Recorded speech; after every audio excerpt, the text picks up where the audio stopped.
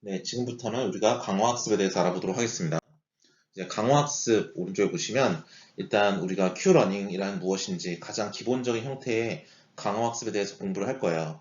그 다음에 마콥 디시전 프로세스라 부르는 MDP에 대해서도 공부를 할 겁니다. 이제 그 다음에는 이제 Deep Reinforcement Learning이라 그래서 심층 강화학습에 대해서 알아볼 것이고요. 마지막은 이제 구현에 대해서 그 다음에 이제 구현에 대해서 한번 볼 것이고 마지막은 이제 요즘 최근 강화학습에서 가장 큰 트렌드 중에 하나인 이제 이미테이션 러닝에 대해서 알아보려고 합니다. 그래서 이런 것들을 위주로 우리가 이제 공부를 해보려고 합니다. 사실은 강화학습은 원래는 마콥 디시전 프로세스까지만 해도 우리가 1990년대 말 그 정도만 해도 이미 다 연구가 많이 다 클로징된 상태이고요. 이미 뭐 산업공학과 5R 오퍼레이션 리서치 같은 교과서에서는 마콥 디시전 프로세스가 이제 교과서에도 나오죠. 우리도 기계학습이나 이런 교과서에도 마콥 디시전 프로세스 많이 배웁니다. 그렇기 때문에 이미 교과서에 나올 정도로 개념이 확립되어 있는 내용이고 따라서 그렇게 막 뭐 새롭거나 그러진 않아요. 근데 이게 왜 다시 나오느냐 하면 이제 인공신경망의 Functional Approximation이라는 그 특징에 대해서 우리가 말씀을 나눴죠. 그것 때문에 우리가 강화학습의 문제 사이즈가 굉장히 커졌을 때 뉴럴넷을 풀겠다라는 연구가 2010년대 초반부터 많이 있었고 2013년 혹은 15년을 거쳐서 많은 성능의 향상을 가져왔고 그때부터 불과 10년도 되지 않는 짧은 사이에 많은 발전을 이루어왔습니다. 그래서 현재 딥러닝 연구 분야 중에서 굉장히 많은 각광을 받는 분야 중에 하나이기도 합니다. 그리고 이것을 어떻게 구현하는지에 대해서도 알아볼 것이고 또 최근에 제일 핫하다고 말하는 이미테이션 러닝, 모방학습에 대해서도 알아보도록 하겠습니다. 처음에 이제 우리가 이제 강화학습의 이제 뭐랄까 기초에 대해서 알아보도록 하겠습니다. 사실 강화학습은 아까도 말씀드렸듯이 마콥 디시전 프로세스 정도까지만 해도 이미 1990년대 말에 많은 연구가 있었어요. 더 이상 새롭지 않다고 할 정도로 많은 연구가 있었고요. 그러면 이게 가장 최초는 언제냐라고 한다면 우리 아까 1969년에 펄셉트론이라는 책에서 히든레이어에 대한 개념이 소개되었다라는 말씀을 드린 적 있죠. 마빈 민스키 교수님의 MIT의 만드신 이론 중에 1969년에 쓴 책인 펄셉트론의 히든레이어라는 개념이 있어서 비선형 분류기에 대해서 언급이 나옵니다. 근데 그 마빈 민스키 교수님 박사를 언제 받았냐면 보시다시피 1954년도에 받았는데 그때 박사학위 논문의 제목이 Stochastic Neural Analog Reinforcement Computer라고 해서 그때부터 이제 Reinforcement라는 말을 쓰기 시작했습니다. 즉 이것도 인공신경망보다도 벌써 15년 이상 더 오래된 분야다라고 봐도 무방한 거죠. 자, 이 분야는 그래서 이거는 뭐냐면 동물이 학습하고 심리학에서 과정에서 나오는 모든 과정들을 모사했다라고 말을 하고요. 가장 유명한 어플리케이션이 몇 가지를 뽑자면 이제 나사의 스페이스 미션, 즉 우주 탐사 계획 같은 경우도 일단 강학습을 차용을 합니다.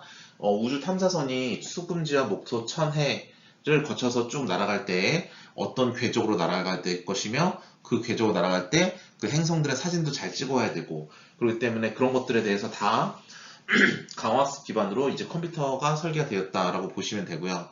그거는 이제 사람이 갈 수 없는 부분이죠. 사람이 그거 타고 가면 돌아올 수 없는 거죠. 그러니까 사람이 하는 게 아니라 다 강화학습이라는 에이전트가 했던 이제 것이 되겠고, 그 다음에 제가 학번이 9학번인데요.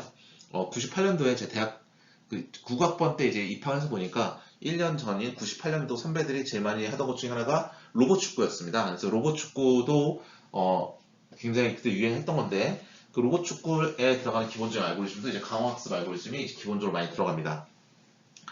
그럼 언제 강학습이 쓰이느냐라는 건데 우리 지금까지 딥러닝에서 배웠던 알고리즘들을 보면 어떤 하나의 의사결정을 내려요.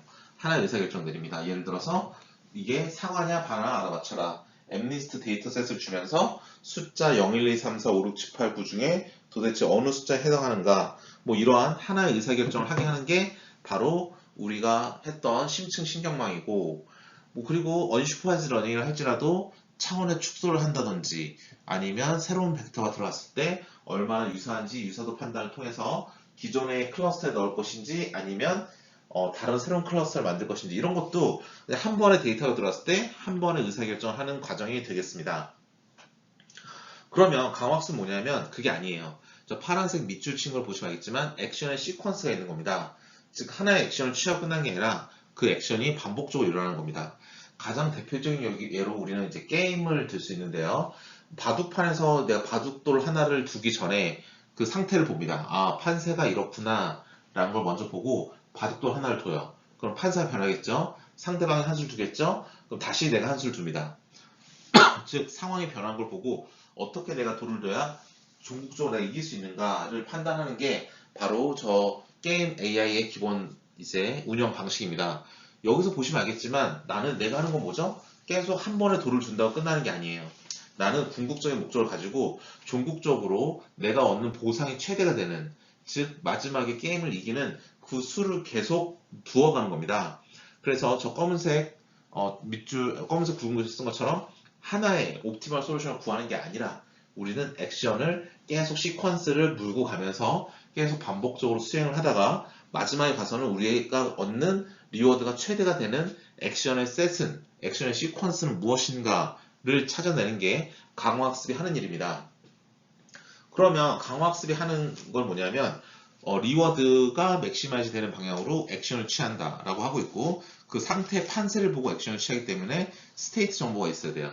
즉 강화학습에서는 스테이트라는 상태 정보, 액션이라는 나의 행위, 그 다음에 그 액션이 행위를 한다고 하면 여러 가지 액션이 있는데 내가 지금 이 액션을 취하는 이유는 이 액션이 다른 액션 대비 더 많은 보상을 주기 때문이다 라고 말을 하기 때문에 그 보상, 즉 스테이트, 액션, 리워드 이 세 가지가 가장 기본적인 구성 요소가 됩니다. 그래서 마지막에 보시다시피 우리는 액션과 리워드만 잘 디파인을 해주면 강화학습 푸는 식은 다 똑같습니다. 그렇기 때문에 이것만 잘해주면 나머지는 자동으로 풀린다라고 보시면 됩니다. 그러면 강화학습 에이전트를 보시면 저런 이제 후라이팬 같이 저런 팔 같은 거 생각할 수 있어요.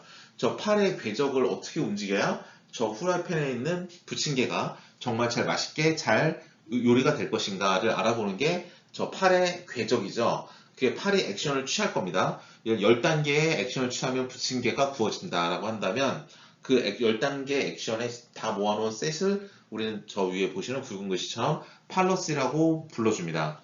그렇죠? 오른쪽 하단에 보시는 로봇 축구도 마찬가지고요. 또 이런 것도 생각할 수 있습니다. 뭐 자동차 공장 현장에 들어갔어요. 뭐 현대자동차 공장이다 라고 한다면 내가 거기에 있는 로봇 팔들이 있습니다. 산업용 로봇이라고 부르는 로봇 팔들이 있어요. 그 로봇 팔들은 그 자동차를 이제 색칠하는데, 페인트 칠을 하는데 한 군데도 빠짐없이 다 꼼꼼하게 칠해야 되고, 하지만 중복해서 칠하면 페인트가 낭비가 되기 때문에 중복은 최소화해야 되고, 그리고 팔의 궤적을 최대한 빨리 칠할 수 있는 궤적으로 해야 된다. 즉 전체를 다 색칠하면서 겹친 부분을 최소화하면서 팔의 궤적을 봤을 때 최단 시간에 궤적을 구해라 라고 한다면 이건 액션의 시퀀스를 구하는 문제니까 강화학습 문제입니다. 즉 이렇게 강화학습은 로보틱스 하시는 분들이 많이 했었어요. 지금도 강화학습에 좋은 논문들은 대부분 로보틱스 하시는 분들이 많이 쓰고 계시고, 그런 분들이 최근에 자율주행이나 여러 가지 강화학습 관련된 알고리즘 개발에 많은 영향력이 있으십니다. 대표적으로 UC 버클리에 있는 세르게이 레빈이나 뭐 그런 분들이 이 분야를 선도하는 분들이시죠. 그래서 대부분 이제 로보틱스 쪽에서 많이 하고 있고요. 원래 강학습 참여할 때는 로보틱스를 빠뜨릴 수가 없습니다. 그래서 로보틱스는 여러분 이제 연구 분야를 두 개로 나뉘어요. 첫 번째는 뭐냐면 휴머노이드라 해서 우리가 진짜 머릿속에 생각하는 그런 로봇입니다. 그럼 휴머노이드 하시는 분들은 이제 사람처럼 만드는 데 집중을 하시는 거고요. 근데 산업용 로봇이라 해서 방금 말씀드린 것처럼 이제 현대자동차 공장 현장에 있는 팔 하나짜리 도색하는 로봇, 이런 공장 라인에서 자동화돼서 생산을 할 수 있게 만드는 그런 것들이 또 이제 로봇이 되겠습니다. 그래서 산업공학과도 이러한 로봇 관련된 알고리즘 개발을 많이 합니다. 자, 저는 이제 여담으로 이제 대학교 다닐 때 산업공학과에 대해서 잘 이제 개념을 몰랐었는데, 제가 이제 저도 석사 마치고 제가 그 LG전자에 입사를 해서 한 3년 반을 회사를 다녔었는데, 그때 이제 평택에 있는 디지털 미디어 사업본부에서 이제 한 반년 정도 양산 파견을 간 적이 있어요. 그래서 그때 양산 파견을 갔을 때 이제 실제 생산 라인에서 이제 물건이 이제 대량 생산되는 걸 봤는데, 그런 거 할 때 비슷합니다. 라인 배치를 어떻게 해야 최소의 비용으로 빠르게 우리가 만들고자 하는 제품을 생산할 수 있는가. 그리고 그들의 오차를 최소화하기 위해서 식스 시그마를 한다든지 생산관리, 품질관리, 재고관리 한다든지 이런 모든 걸 해줘야 되거든요. 그 공장을 운영하기 위한 최소의 비용으로 그런 걸 하기 위한 게 이제 산업공학과더라고요. 산업공학과라는 이름이 붙은 것도 그런 2차 산업 중심의 그 제조 현장에서 가장 안정적으로 대량 생산을 저비용으로, 최소의 비용으로 옵티마이즈 돼서 할 수 있는 것. 그게 이제 포인트였습니다. 그래서 그때, 이래서 산업공학과가 되게 중요하구나라는 걸 이제 그때 많이 배웠죠. 어쨌든 산업공학과에서도 그렇게 공장이나 이제 생산 자동화를 위한 알고리즘이나 시스템을 개발하기 때문에 로보틱스에 대한 연구도 상당히 많이 하고요. 그 로보틱스에 대한 연구를 할 때 산업공학과에서는 대부분 다 이렇게 마크업 디시전 프로세스 기반의 강화학습을 쓴다는 것도 산업공학과 OR, 오퍼레이션 리서치 교과목을 배우시면 이제 그 후반부에 이제 배우게 됩니다. 이런 것들도 다 산업공학에서 배우는 내용 중에 하나가 되겠고요. 자, 그럼 이제 구체적으로 이제 강화학습에 대해서 말을 해보도록 하겠습니다. 강화학습을 구성하는 요소는 저 오른쪽에 보시는 것처럼 리워드라는 게, 인바로먼트라는 게 있어요. 우리 강화학습을 구성하는 일종의 세 개입니다. 세 개. 자, 거기에는 이제 에이전트가 스테이트 정보를 받아와요. 내가 지금 어디에 있느냐? 미로 찾기다 라고 하면 내가 지금 미로 안에 어디에 있는가 라는 게 스테이트 정보고, 내가 취할 수 있는 게 바둑판 같은 미로 위에서 나는 행동을 전, 후, 좌우 4개를 취한다고 한다면 그것들 역시 나의 취할 수 있는 액션이죠. 위로 액션을 간다, 뒤로 가는 액션을 간다, 왼쪽으로 가는 액션을 간다, 오른쪽으로 가는 액션을 한다. 이거 다 내가 취할 수 있는 액션의 집합입니다. 그런데 그 액션의 집합은 그 액션마다 내한테 주는 보상이 다를 거예요.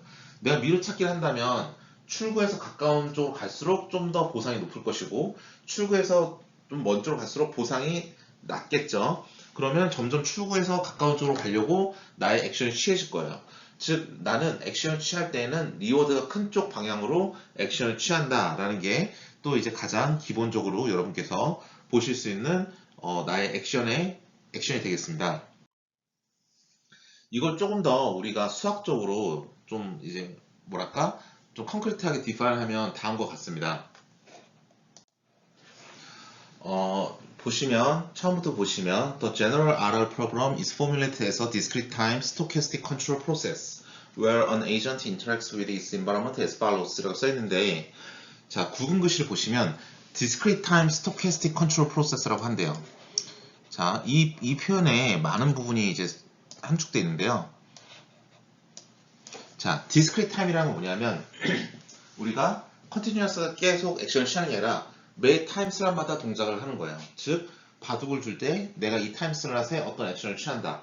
그럼 그 다음 타임 슬롯에서는 상대방이 바로 그 다음 타임 슬롯에서는 또 내가 다시 이런 식으로 클락이 돌면서 딱딱 맞춰가서 돌아가는 과정이고, 스토캐스틱 컨트롤 프로세스를 한다는 건 뭐냐면 확률적으로 혹은 이제 확률적으로 이렇게 의사결정하면서 계속 진행한다는 소리고요.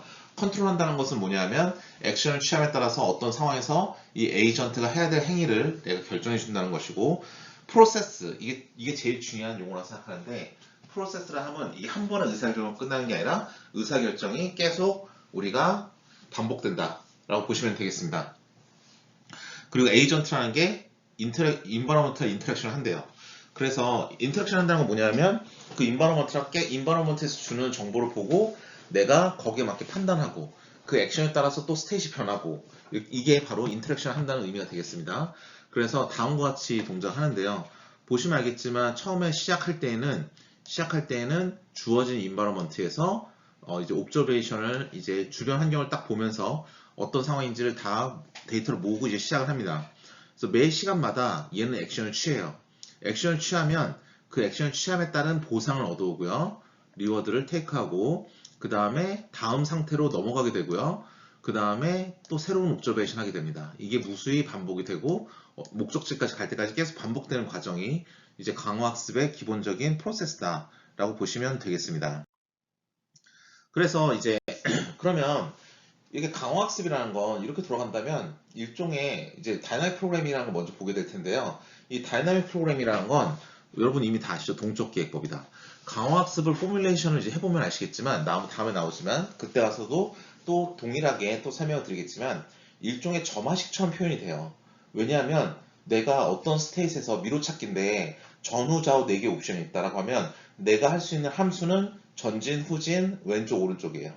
한 스텝을 움직여서 스테이트가 변했다 할지라도 변한 스테이트에서 또 해야 되는 건 전후 좌우예요. 즉, 이 함수를 계속 호출하기 때문에 함수 안에서 함수를 계속 호출하기 때문에 이걸 점화식처럼 표현을 합니다. 강화학습은 일반적으로 점화식으로 많이 표현을 하는데 점화식을 푸는 방법이 뭐다? 동적계획법이다. 동적계획법의 솔루션 푸는 과정이 이제 점화식이죠. 그렇기 때문에 이제 동적계획법이랑 강화학습이랑은 거의 이제 이퀘이션 보면 굉장히 유사한데 그럼 동적계획법의 알고리즘 컴플렉시티를 우리가 한번 봐야 돼요. 점화식은 컴플렉시티가 좀 있습니다. 왜냐하면 계속 동일한 함수를 계속 그 안에서 부르고 있기 때문에 컴플렉시티가 낮을 수는 없어요. 우리 폴리노미얼 타임 컴플렉시티다 라고 말을 한다면 폴리노미얼 타임 컴플렉시티다 말을 한다면 주어진 시간 내에 문제를 풀 수 있고 또 문제의 사이즈가 늘어난다 할지라도 거기에 맞게 리니어하게 이제 시간이 늘어나는 겁니다. 근데 익스포넨셜이다 라고 하면 뭐냐면 문제 사이즈가 늘어날 때마다 우리가 들어가는 시간은 배가 되는 거예요. 그러니까 문제 사이즈가 어느 정도 일정 사이즈 이상이 되면 이제 걷잡을 수 없이 막 늘어나는 거죠, 시간이. 그런데 다이나믹 프로그래밍은 뭐냐면 폴리노미얼 타임도 아니고 익스포넨셜도 아니에요. 그 중간을 지나갑니다. 이거 뭐라 부르냐면 슈도 폴리노미얼 이렇게 부릅니다. 즉 폴리노미얼은 폴리노미얼이에요. 언제? 문제 사이즈가 작을 때에는 주어진 시간 내에 풀 수 있어요. 그땐 폴리노미얼이지만 문제 사이즈가 커지기 시작하면 이제는 폴리노미얼을 넘어선다 라고 보시면 이해하기 쉬우실 겁니다. 그러면 예전에는 문제 사이즈가 작았어요. 그러니까 공장에서 자동차 페인트 칠하는 정도면 파일 궤적 스테이트 많아봐야 몇 개나 되겠습니까? 문제 사이즈 적었는데 지금은 알파고가 나와서 바둑을 해야 되는 이런 입장이면 문제 사이즈 어마어마하게 크죠. 그러니까 사람들이 아 이거 주어진 시간에 못 풀 수도 있겠다. 다이나믹 프로그래밍이 기본적으로 고전적인 강화학습에서 많이 쓰던 솔루션 어프로치지만 최근에 나오는 딥러닝 기반의 강화학습은 그게 안 되는구나 라고 사람들은 생각하기 시작했습니다. 자, 어쨌든 우리가 다이나믹 프로그래밍 지금 짚고 넘어가야 될 이유는 뭐냐면 우리가 고전적으로 강화학습 푸는 방법이 다이나믹 프로그래밍 때문에 그래요. 아직도 무수히 많은 문제들은 강화학습 풀 때 굳이 인공신경망을 쓰는 Deep Reinforcement Learning, 즉 심층 신경망을 쓸 필요까지는 없어요. 심층 강화학습을 쓸 필요까지는 없어요. 그렇기 때문에 우리가 고전적인 강화학습 문제를 어떻게 푸는지를 알기 위해서 다이나믹 프로그래밍을 여기서 짚고 넘어가는 거고요. 간단한 컨셉을 설명드리고 예제로서 피보나치 수열, 파스칼 삼각형, 그다음 냅색 문제 이 세 가지를 소개해드리고 넘어가도록 하겠습니다. 강화학습을 문제 푸는 건 뭐냐면 그 다이나믹 프로그래밍 문제 푼다는 걸 말할 때 다이나믹 프로그래밍, 동적 계획법 그러죠. 근데 다이나믹이니까 동적이라는 단어 쓴 것 같고 프로그래밍이라 썼으니까 동적 프로그래밍 이래야 될 것 같은데 동적 계획법이라 부르네요. 그거 뭐냐면 어떤 주어진 시퀀스에 맞게 우리가 순차적으로 액션을 취하기 때문에 그렇게 말을 하는 겁니다. 그래서 여기서 프로그래밍 말 대신에 좀 더 맞는 표현은 그 첫 번째 썼듯이 플래닝이라는 표현이 좀 더 맞는 표현이 되겠어요. 그래서 동적 계획법이라 쓰는 거고요. 유사하게 우리 옵티마이제이션 할 때 컨벡스 프로그래밍, 리니어 프로그래밍, 넌 리니어 프로그래밍 이런 말 쓰잖아요. 근데 그것도 마찬가지예요. 그 프로그래밍이란 말 대신에 플래닝이라 써야 좀 더 의미가 잘 통합니다. 그래서 이거는 주로 옵티마이제이션 문제를 풀기 위한 거고요.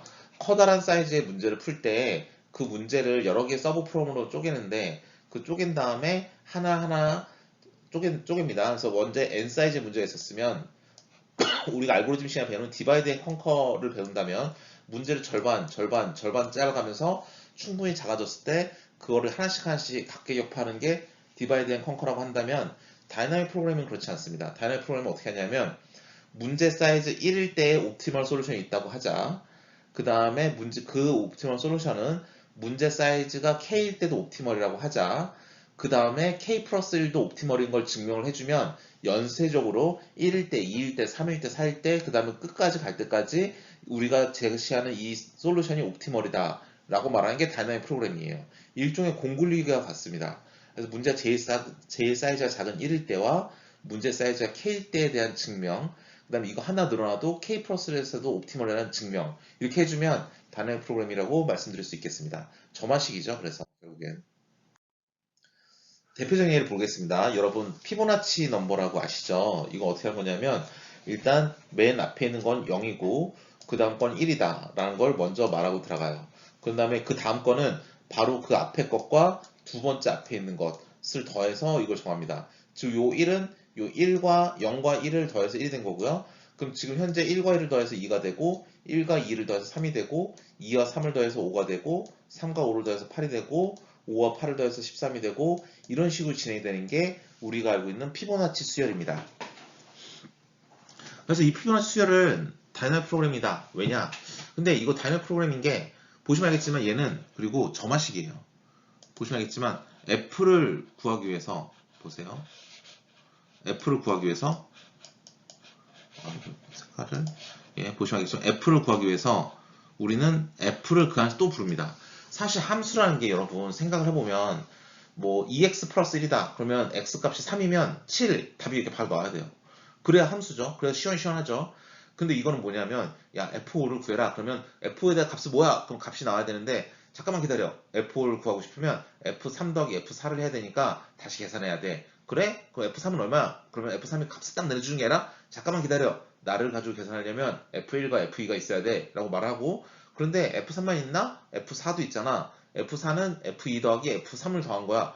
이런 식으로 답을 바로 해주지 않고 최후의 순간까지 밀어요. 언제까지? 0과 1과 2가 나올 때까지. 그렇기 때문에 얘는 답이 바로 나오지 않습니다.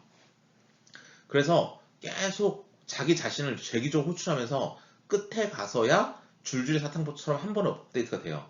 이건 강화학습에서 미로찾기도 동일합니다. 강화학습 문제도 동일해요. 왜냐하면 처음에 액션을 취할 때 끝까지 어디가 맞는다는 보장이 없으니까 계속 미루다가 문 앞에 도달해서 미로를 나가는 순간 한 방에 다 값이 업데이트가 되는 구조를 가지고 있어요.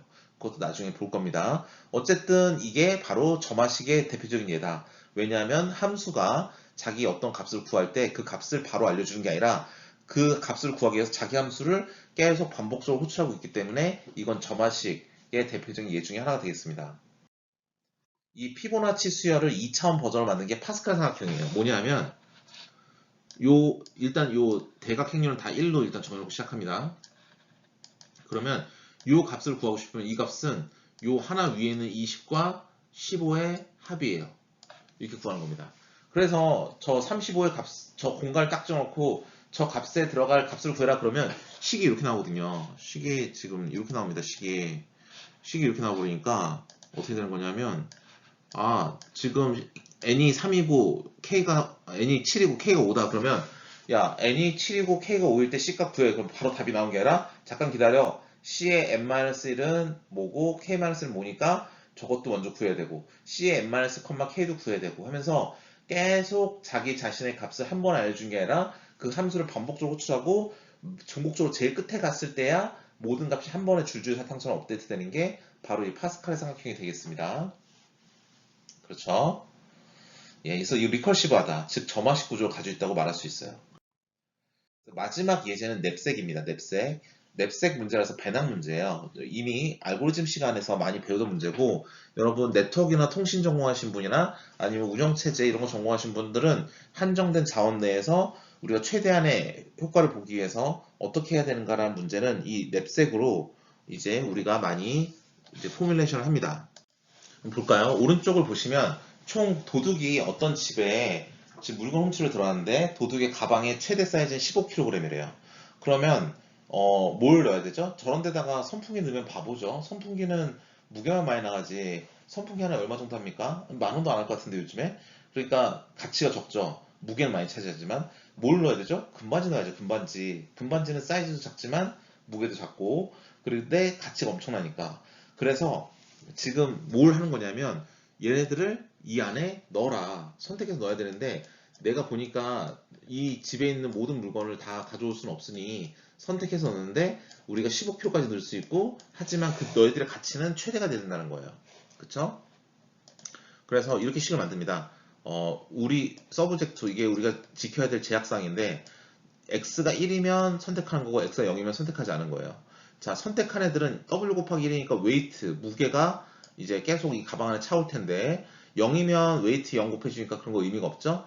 자, 선택된 w들을 다 이렇게 서메이션으로 다 더한 다음에 그게 전체 가방의 용량이 15kg을 넘을 수 없다라고 말한 게 제약 조건이고 x가 1이면 선택이 됐고 x가 0이면 선택이 되지 않았으니까 선택이 된 애들은 1 곱하기 vi가 돼서 가치가 살아남고 선택되지 않은 애들은 0이 되니까 v 곱하기 0이 돼서 그때는 사라지고 선택된 v들만 가지고 다 더했을 때 그 값이 가치가 최대가 돼야 되니까 맥시멈을 해라 라는 게 이게 바로 우리가 냅색을 포뮬레이션 하는 겁니다. 그쵸? 냅색은 동적 계획법으로 풀어요. 어떻게 푸는지 다음 장에 나올 거고요. 근데 우리 이 냅색뿐만 아니라 프랙셔널 냅색이 있습니다. 프랙셔널 냅색, 프랙셔널.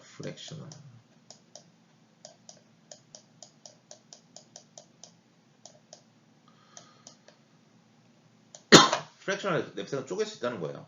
자, 얘 보시면 얘는 1kg당 3분의 1달러죠.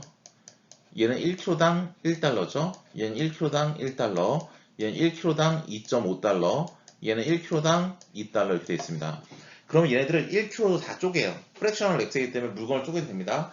그 1kg로 다 쪼갠 다음에 얘를 가치가 큰 것대로 소팅을 해요. 앞에 있는 애들은 이제 2.5의 가치를 가진 애가 제일 앞에 있을 거고 점점점 가다가 순서대로 소팅하면 제일 끝에 있는 애들은 3분의 1밖에 가치가 안 되는 1kg겠죠. 소팅한 다음에 저 가방 15kg 넣을 수 있다니까 제일 앞에서 15개를 넣으면 우리가 제일 가치가 높게 가져온 겁니다. 이거는 우리가 프랙셔널 랩스의 경우는 일단 주어진 애들을 소팅을 한 다음에 앞에 있는 애들을 순서대로 가져온 거기 때문에 이건 그리디 알고리즘이에요. 프랙셔널 랩스는 그리디로 풀 수 있습니다. 하지만 프랙셔널 하지 않는 지금의 이런 제로 원 랩색을 부르는 거예요. 선택하던지 말던지니까 제로 원 랩색 아니면 그냥 기본적인 랩색은 이거는 우리가 그리디로 푸는 게 아니라 뭘로 푼다? 동적 계획으로 푼다. 어떻게 푸는지 보도록 하겠습니다. 우리가 OPT라는 알고리즘을 만들었어요. 저 파란색 글씨 OPT라는 알고리즘을 만들었는데 이 OPT라는 알고리즘의 특징이 뭐냐면 두 개의 인자를 가지고 있습니다.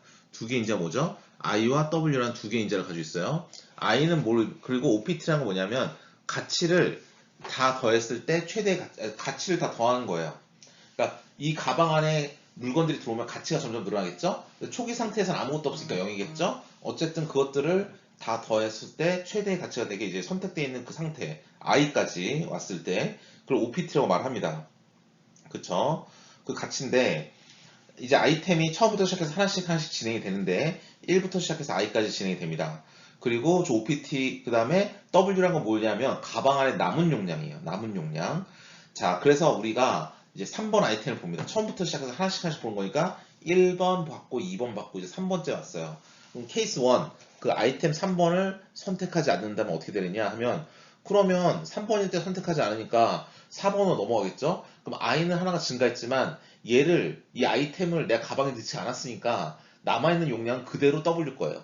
그래서 내가 i 값이 하나 증가해서 다음 아이템을 보게 됐지만 남아있는 용량은 W로 동일하다라고 보시면 되겠습니다.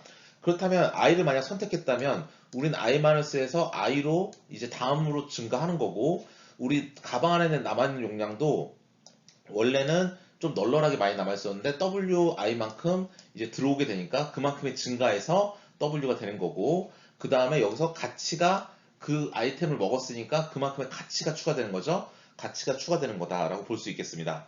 그래서 요거 케이스 1은 아이템을 선택하지 않을 때 케이스 2는 아이템을 선택할 때예요. 그래서 요 왼쪽은 아이템을 선택하지 않을 때 오른쪽은 아이템을 선택할 때입니다. 이 중에서 과연 어떤 게 가치가 높으냐는 거예요. 내가 저 아이템을 먹었을 때가 가치가 높으냐 먹지 않았을 때가 가치가 높으냐를 가지고 우리 OPT를 설계해 주고요. 초기 값은 아직 아무것도 선택하지 않았으니까 0이다 라고 생각하면 처음부터 시작합니다. 우리 동적 계획법 뭐라 그랬죠? 우리 옵티멀은 0일 때 시작할 때도 옵티멀의 알고리즘이 존재한다고 하자. 그 다음에 K번째까지 왔을 때 중간까지 왔을 때 또 옵티멀이 된다고 하자. 그럼 K 플러스 1일 때도 옵티멀이다 라고 했으니까 지금 여기서 관계를 보시면 우리가 지금 i-1에서 지금 i로 가는 지금 한 스텝을 넘어가는 점화식의 관계가 있어요. 지금 그렇죠. 점화식의 관계가 있죠. 그러니까 얘도 지금 점화식으로 설계가 되는 거고 결국에는 동적 계획법으로 풀게 되는 겁니다. 그래서 점화식으로 되면 동적 계획법으로 푸는구나 이것만 일단 기억을 해두시면 되겠습니다. 보시다시피 점화식처럼 생긴 걸 푸는 게 지금 이 동적 계획법이니까 그렇습니다. 이건 예시인데요. 넘어가도록 하겠습니다. 이건 자 그러면 이제 우리가 강화학습에서 가장 쉽고 가장 많이 활용됐던 큐런이라는 걸 보도록 하겠습니다. 큐런이라는 걸 보면 일단 저 뒤에도 예시가 나오거든요. 그 예시까지 보게 되면 아 강화학습이란 저렇게 도는구나 라는 정말 기본적인 아이디어를 얻을 수 있기 때문에 정말 처음에 배우기에 제일 좋은 알고리즘 중에 하나라고 말씀드릴 수 있겠습니다. 그럼 큐러닝을 먼저 보시면요. 다음과 같습니다. 자, 이제부터 큐러닝을 이와 같은 예제로 이제 설명을 드리려고 합니다. 여기 있는 지금 에이전트가 한 마리 있죠. 에이전트가 하나가 있는데 이 에이전트가 4x4의 그 미로에 있고 지금 현재 지금 여기 가려져 있긴 하지만 이 제일 끝까지 이렇게 가야 되는 미로 찾기로 가야 되는 그런 문제가 되겠습니다. 굉장히 유명한 예제입니다. 이게 미로 찾기라고 제가 말을 하지만 프로즌 레이크, 즉 얼어붙은 연못이라는 이름으로도 여러분께서 이제 구현을 하실 수 있는 부분이 되겠어요. 이 예제는 굉장히 유명한 이유가 이제 우리가 큐러닝을 설명할 때 제일 많이 쓰이기도 하거니와 강화학습에서 미로찾기에 대한 예제를 제일 많이 언급하기 때문에 그렇습니다.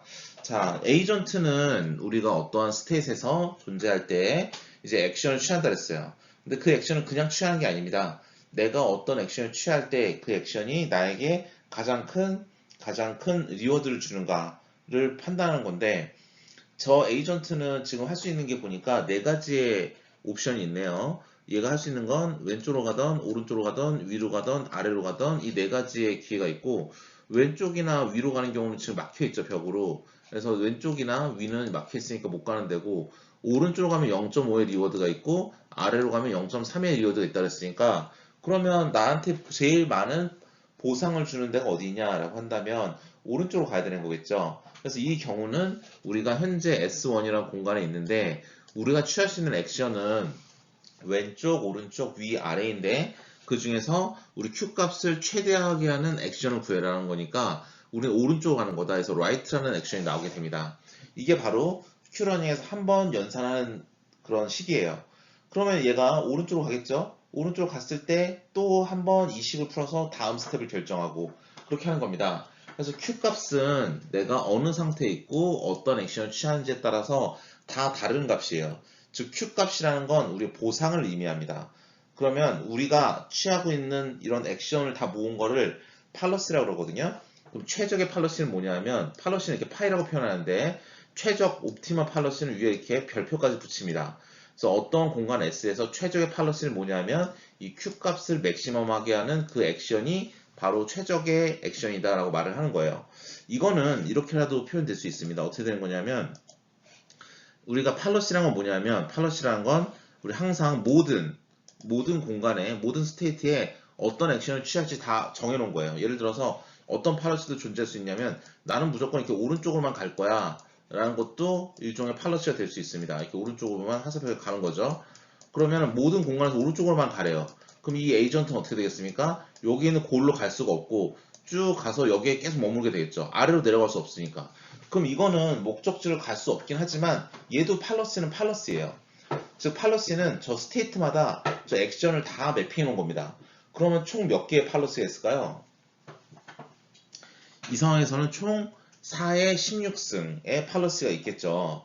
4의 16승만큼 엄청나게 많은 팔러시가 있는데 그 중에 옵티멀 팔러시 하나를 구해라. 옵티멀 팔러시 하나를 구해라는 건 뭐냐면 최고 좋은 거 하나 골라라는 겁니다. 그러면 우리가 그게 강학습의 솔루션이다 라고 말을 하는 것입니다. 그리고 Q러닝을 할 때에는 어떻게 표현하냐면 내가 현재 상태 S에 있다. 근데 S에서 A라는 액션을 취해서 S'으로 가면 그냥 가는 게 아니라 이 R이라는 리워드를 받고 가는 것이다 라는 겁니다.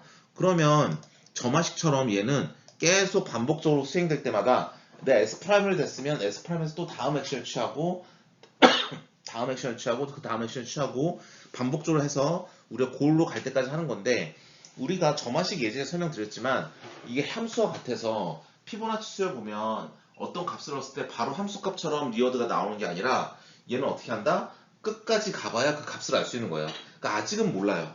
계속 이터레이션이 돌 때 모르다가 맨 마지막까지 가면 피보나치 수열의 값이 한 번에 업데이트된 것처럼 얘도 맨 끝에서 한 번에 업데이트가 됩니다. 그래서 내가 지금 현재 S라는 공간에 있고 A라는 액션을 통해서 R이라는 리워드를 먹은 다음에 그 다음 상태 S'으로 갔더니 S'은 또 그 나름대로의 거기에서의 다음 스텝에서의 최적의 그 Q 값을 얻기 위한 또 액션을 취할 거고 그 뒤쪽은 계속 그렇게 진행이 될 겁니다. 마치 피보나치 수열이 우리의 값을 구할 때 그 이전에 자기 자신 함수를 계속 참조하는 것처럼 그렇게 되는 거죠.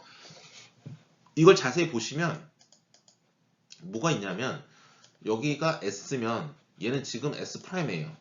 즉 그리고 똑같은 Q라는 함수를 불러요. 자, 자기 자신의 Q라는 함수를 계속 부르면서 S일 때 그 다음에 S 프라임, S 프라임이 다시 S가 되면 또 그 다음에 S 프라임 이런 식으로 계속 맞물려서 우리가 함수를 계속 호출합니다.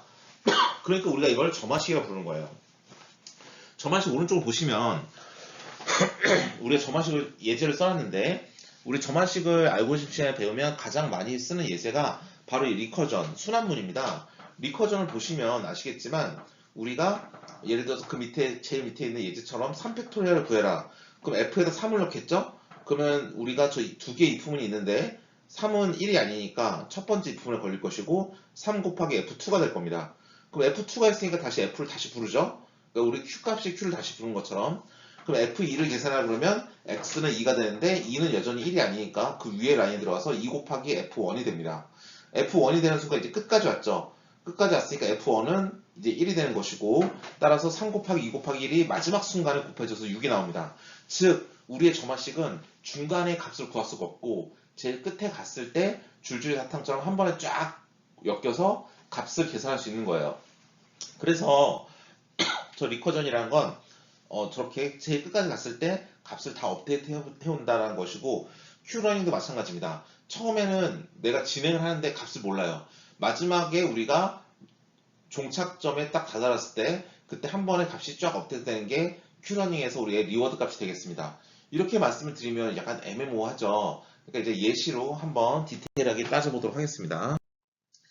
이 Q러닝의 예시, 아까 그 프로즌 레이크라는 얼어붙은 연못이라는 예제입니다. 저 S0라는 공간에서 저 S15라는 녹색의 고울로 가는 건데요.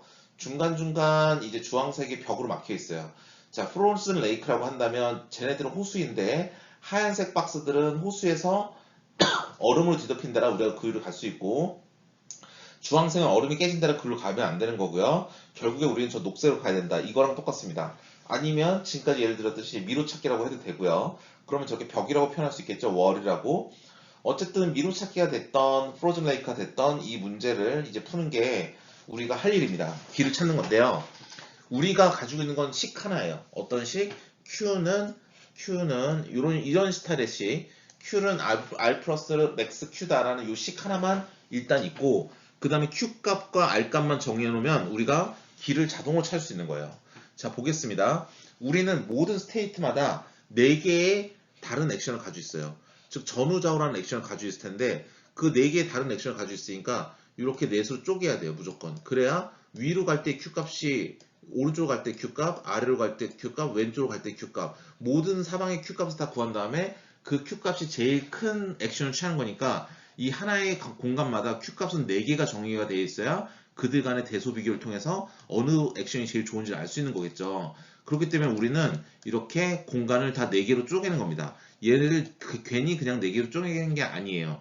자, 총 16개 공간을 이제 4개로 다 쪼개면 총 64개가 나올 것이고 초기 상태니까 모든 64개의 Q 값은 다 일단 0이라고 말을 하고 시작하게 되겠습니다. 그래서 이제 0에서부터 이게 시작을 하는 거고요.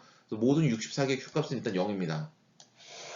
그 다음에 이제 R 값이 있어야 되는데 R 값도 다 0인데 우리가 전국적으로는 어떻게 됩니까? 제일 마지막에 가서는 우리가 여기에 골에 일로 오도록 유도를 해야 되니까 왜냐하면 위에서 아래로 뚫고 내려올 수도 없고 왼쪽에서 올 수도 없고 밑에서 올 수도 없고 오른쪽에서 올 수도 없고 밑에서도 올 수 없으니까 결국에는 우리가 원하는 건 뭐냐면 지금 여기 2번이라고 써있는 화살표처럼 여기에만 R 값을 1로 심어둠으로써 저 에이전트가 일로 오는 걸 유도할 수가 있어요. 그래서 S15라는 공간의 왼쪽 부분에만 1이라고 설정을 해주고 나머지는 또 다 0입니다. 아시겠죠? 이렇게만 세팅해주면 자동으로 이제 길을 찾을 수 있어요. 한번 볼까요? 처음에 이제 1번 화살표에 대해서 얘기를 해보도록 하겠습니다. 1번 화살표는 S 서브 제로라는 공간에 있을 때 우리는 왼쪽이나 위로 갈 수 없으니까 밑으로 가거나 오른쪽으로 가는 액션을 취합니다. 둘 중에 하나의 랜덤을 취하게 될 텐데요. 그렇게 되면 어차피 자 오른쪽으로 간다 라고 액션을 취했으면 얘는 내가 가야 될 상대방의 R값인데 여기 R값 지금 0이죠. R값 0. 그 다음에 요 상대방 4개 하나 둘 셋 4개의 Q값 중에서 맥스를 구해야 돼요. 그래서 R값은 0이고 내가 가고자 하는 S1이라는 공간에서의 Q값을 다 봤더니 다 0이에요. 아직 업데이팅이 하나도 없으니까 그럼 얘는 0이 되겠죠. 그래서 얘는 역시 0입니다. 즉 여기 이 부분이 0이에요. 그러니까 우리는 계속 이동을 하면서 웬만하면 Q 값이나 R 값이 다 0이기 때문에 어떤 업데이트도 일어나지 않을 거예요. 그러다가 랜덤하게 그러면 다 0이니까 Q 값이 다 0이니까 어디가 대소 비교가 할 수도 없죠. 그러니까 계속 랜덤하게 움직일 겁니다. 그러다가 우연히 여러분은 이제 2번에 왔다고 하겠습니다. 자, 2번째 4, 2가 오게 되면 2로 오게 되면 그럼 이제 14에서 15로 넘어가는 건데 S14라는 공간에서 오른쪽 AR이라는 액션을 취하면 그럼 거기에 따른 리워드를 먹어요. 즉 1이라는 리워드를 받고요.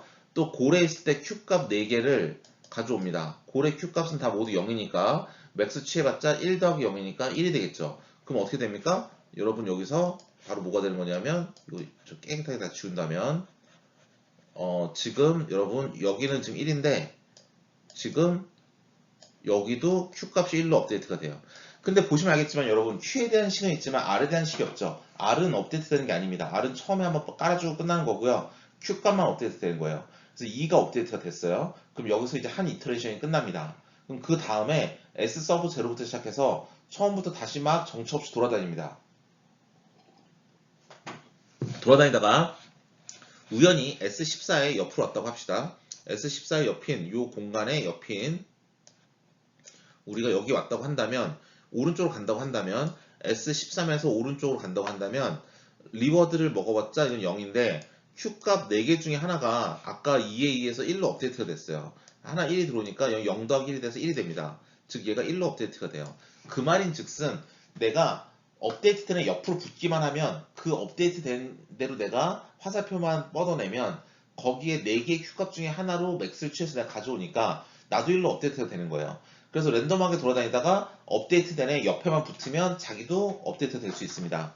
그런 식으로 업데이트 해가지고 이제 초기 상태까지 오게 되면 그러면 나중에 1이라고 붙은 대로 얘는 오른쪽으로 가고 얘도 오른쪽, 얘는 아래, 얘도 1이 아래에 있으니까 아래, 얘는 왼쪽, 아래, 오른쪽 해서 이렇게 길이 나오게 됩니다. 이게 바로 큐러닝이 동작하는 기본적인 방식이에요.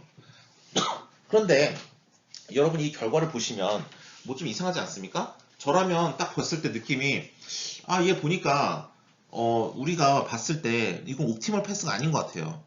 왜냐하면 옵티멀 패스라면 분명히 이렇게 와서 이렇게 와서 이렇게 가야 되는데 좀 우회하고 있죠. 그렇기 때문에 우리가 볼 때는 이거 옵티멀이 아닌데? 큐러닝 옵티멀 아닌데? 라고 생각이 들 수 있는데 이게 옵티멀이 아닙니다. 왜냐하면 우리가 움직일 때 랜덤하게 움직이기 때문에 그래요. 만약에 여러분 자세히 한번 보세요. 거꾸로 뒤에서부터 업데이트 되는 거니까 만약에 여러분 여기에서 우리가 랜덤하게 여기까지 왔어. 지금 여기까지 왔는데 랜덤하게 왼쪽을 갈 것이냐 아래쪽을 갈 것이냐 고민할 때 지금 우리 랜덤하게 움직여서 왼쪽을 먼저 선택했으니까 그 부분에 파란색 1이 생긴 거예요. 이 파란색이 생긴 이유는 요 하나 둘 셋 네 개 Q값을 봤더니 밑에 Q값 1자리가 있으니까 얘 때문에 얘가 지금 1로 업데이트가 된 겁니다. 근데 만약에 우리가 이 공간에 있을 때 랜덤하게 밑에를 먼저 선택했다고 보세요. 그러면 밑에가 먼저 1로 업데이트가 되겠죠. 왜냐면 Q값 계산할 때 하나, 둘, 셋, 네 개를 보고 여기 1이 있으니까 여기 밑에 1이 먼저 업데이트가 됐겠죠. 즉 뭐냐면 얘는 Q러닝 랜덤성이 있기 때문에 랜덤하게 길을 찾아가다 보면 우리가 연결만 되면 그 길로 쫙 따라 올라가는 거니까 이렇게 그 맥시멈, 그러니까 옵티멀에 가깝긴 하지만 완벽한 옵티멀이 나오진 않아요. 이게 바로 큐러닝의 기본적인 동작이 되겠습니다. 그러면 이걸 옵티멀로 만들기 위해서 어떻게 할 것이냐를 본다면 우리 한 번 이 이터레이션을 돌 때마다 디스카운트 팩터라 그래서 우리 감마를 붙여주면 감마는 0에서 1 사이 그러면 이게 한 번 거칠 때마다 값이 계속 작아져요. 리워드가. 그러니까 최대한 빠르게 도달하는 쪽이 좀 더 Q값이 높겠죠. 왜냐하면 한 번 시간을 보낼수록 점점 Q값은 작아지니까 따라서 우리가 저런 디스카운트 팩터를 붙여주면 우리가 조금 더 수렴 속도를 늘릴 수 있다. 즉 우리가 밑으로 아까 말했던 밑으로 가는 게 더 나은 것이냐 왼쪽으로 가는 게 더 나은 것이냐 봤더니 얘는 돌아가니까 한 스텝 할수록 계속 디스카운트 팩터가 붙어서 작아지기 때문에 아래로 가는 게 더 유리하다는 겁니다.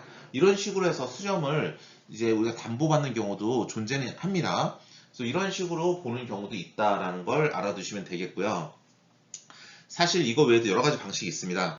지금 이거 큐러닝 한 번에 이렇게 보여주긴 하지만 이거는 알고리즘 슈도코드 나타난 건데 이걸 설명하기 전에 말씀드리면 예를 들어서 우리가 큐러닝은 거의 대부분 옵티멀 하긴 한데 완벽한 옵티멀은 아니니까 어떻게 하냐면 일반적으로 한 90%의 확률로는 큐러닝을 쓰다가 가끔 10%의 확률로는 랜덤하게 해서 우리가 탐색하지 못한 공간을 탐색하게 만드는 방법도 있습니다. 이걸 뭐라고 그러냐면 그 10%의 확률을 가지고 혹은 작은 어마운트의 확률을 가지고 우리가 랜덤하게 움직여서 다른 못 본 공간을 탐색하게 하는 것, 그걸 뭐라 부르면 입실론 그리디라는 방식을 쓰기도 하고요. 또 어떤 경우도 있냐면 저 Q 값에다가 가끔씩 랜덤 값을 섞어서 우리가 그 선택을 할 때 그 랜덤 값에 의해서 순서가 바뀌게 만들어주는 경우도 있습니다. 그런 랜덤 노이즈를 섞어주는 방법도 있고요. 여러 가지 방법들을 보완하고 있는데요. 이런 것들로 우리가 성능을 보완할 수 있다 정도까지는 일단 알아두시면 되겠습니다. 그렇게 되겠고요. 그럼 이제 이게 저기 그 카네기 멜론 대학의 이제 탐 미셸 교수님이 쓴 탐 미셸 TOM MICHELL인가 그 탐 미셸 교수님이 쓰신 머신러닝이라는 교과서가 있습니다. 제가 대학교 다닐 때도 그 책을 배웠는데요. 1997년도에 나온 책이에요. 굉장히 오래된 책이죠. 탐 미셸의 머신러닝 교과서를 사는 것도 좋으신데 사실 좀 뭐랄까 지금 현대 AI는 제가 몇 번 강조하지만 데이터 기반의 AI예요. 즉 신경망청 껍데기를 먼저 만든 다음에 그 안에다 데이터를 밀어 넣으면서 그 껍데기 안에 있는 파라미터를 학습하는 그 과정이 바로 우리가 현대 AI에서 쓰는 방식이거든요. 그런데 탐미셸 교수님께서 1997년에 그 책을 쓰셨을 때에는 그런 식의 AI가 아니었어요.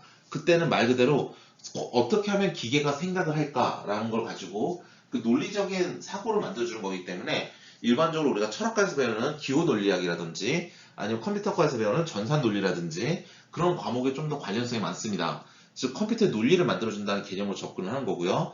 또 뭐가 있냐면 마콥 체인 기반의 히든 마콥 모델 같은 경우도 그 책에서 언급하고 있습니다. 히든 마콥 모델은 타임 시리즈 정보를 이제 확률적으로 예측하면서 가는 거고 뭐 비터비 알고리즘이나 그런 에스티메이션 알고리즘도 다 여기 해당 사항이 있는 거고요.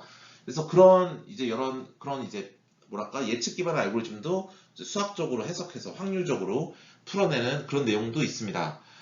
그래서 그 책을 보면 논리학 얘기도 많이 나오고 확률 얘기도 많이 나오는데 탐미셸 교수님의 머신러닝이라는 책은 이제는 이제 현대 트렌드에 맞진 않죠. 근데 히든 마콥 모델은 당연히 중요하긴 하지만 전산 논리 같은 경우도 물론 AI에서는 하지만 우리가 직접 현재 AI를 한다고 하면 대부분 딥러닝을 얘기하는 단계에서 이제 딥러닝에 관련된 그런 내용은 있지는 않습니다. 그럼에도 불구하고 그 책을 말씀드리는 게 뭐냐면 그 책이 21장인가 제일 마지막 장에 강화학습을 이제 서술하고 있습니다. 강화학습을 서술한 책 중에서 제일 잘했다 생각해요. 엄청 잘 쓴 책이라서 그 책을 저도 많이 보는데 사실 그 한 챕터 보자고 책을 사긴 좀 뭐하죠? 그래서 탐 미셸, 머신러닝, 매크로 힐 1997 PDF 치면 뭔가 나올 겁니다. 구글에서. 즉 뭐냐면 그 책은 이제 뭐 누군가가 이렇게 웹에 올려놨어요. PDF로. 뭐 1997년도에 나온 책이라 아마 절판됐을 수도 있고 사실 수도 있는데 저 대학 다닐 때는 그 책으로 기계학습을 배웠으니까 이제 그 책을 뭐 가지고 계신 것도 괜찮습니다. 근데 요즘은 여러분 그 기계학습 패턴 인식 중에서 그 바이블처럼 보는 책이 비숍이 쓴 그 패턴 레코니션 앤 머신 러닝이라는 책이 이제 바이블이죠. 그쵸? 크리스토퍼 비숍이라는 분이 쓰신 그 책이 바이블이라서 그 책을 더 많이 보는데 그 책은 또 인포메이션 테오리 관점에서 좀 어렵긴 해요. 양도 많고. 탐미셸 교수님 책은 좀 얇고 컴팩트합니다.